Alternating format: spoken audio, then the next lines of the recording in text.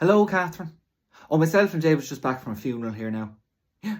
Oh, it was gorgeous, Catherine. Oh, it was so nice. Yeah. And we were at the wake the night before, Catherine. It was Mrs. O'Reilly. She was a teacher of mine in the convent, Catherine. She used to do maths and she did the choir and everything. She would have been in her 90s, Catherine. But they had her looking lovely. I mean, I was looking at her, Catherine, and they took years off her. And I says, from certain angles, Catherine, you wouldn't know she was dead, only she was lying in the coffin. And I said to David, we need to get the number of whoever that was. Because when I go, Catherine, I want to look like that. Anyway, at the funeral next day now, it was really nice to see everybody, Catherine. All the girls were there. Yeah. Oh, they were all there. It was Nolene, Maureen, Noreen, Martina, Bernadette, the four Anns, and the Veronicas. Oh, they're back from Australia a long time now, Catherine. But you know who else was there, Catherine? Bold as brass, Marion. Yeah. Yeah, dressed to the nines is right. Big black fur coat and the skinny legs underneath it, Catherine.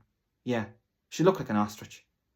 Well, same neck is right, Catherine, and the big, stupid hat on her. And she came over and she was, oh, hello, Catherine. You know the voice she puts on. Hello, Catherine, isn't it so sad? And she told us poetry and all that. I don't know where it comes from, Catherine. I mean, we went to the same school, obviously. And her husband's from Monaghan. Yeah.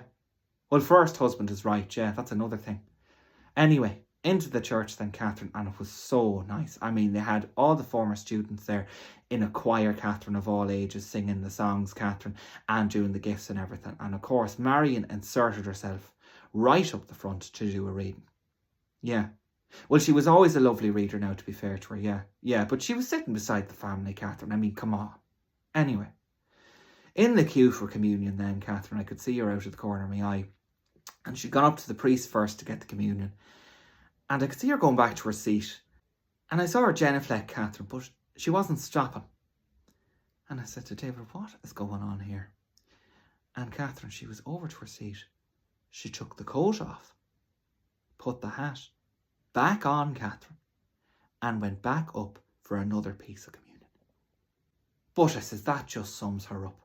I mean, Mammy used to say to me when I was younger, Catherine, never lend anything to Marion because you won't get it back. And the brother was the same. Yeah. But I was talking to Geraldine later on, Catherine. She was on the Siborians. She was one of the ministers of the Eucharist. And I said to Geraldine, did you see that? And she says, yeah. She says, Catherine, she does it all the time. And if ever I see her coming, Catherine, I'll pretend we've run out and I'll walk away. And I said, did you say it to the priest? She says, yes. And he said, there's no proof. Yeah. Isn't it disgraceful, Catherine? I mean, the body of Christ, she must have had an arm and a leg.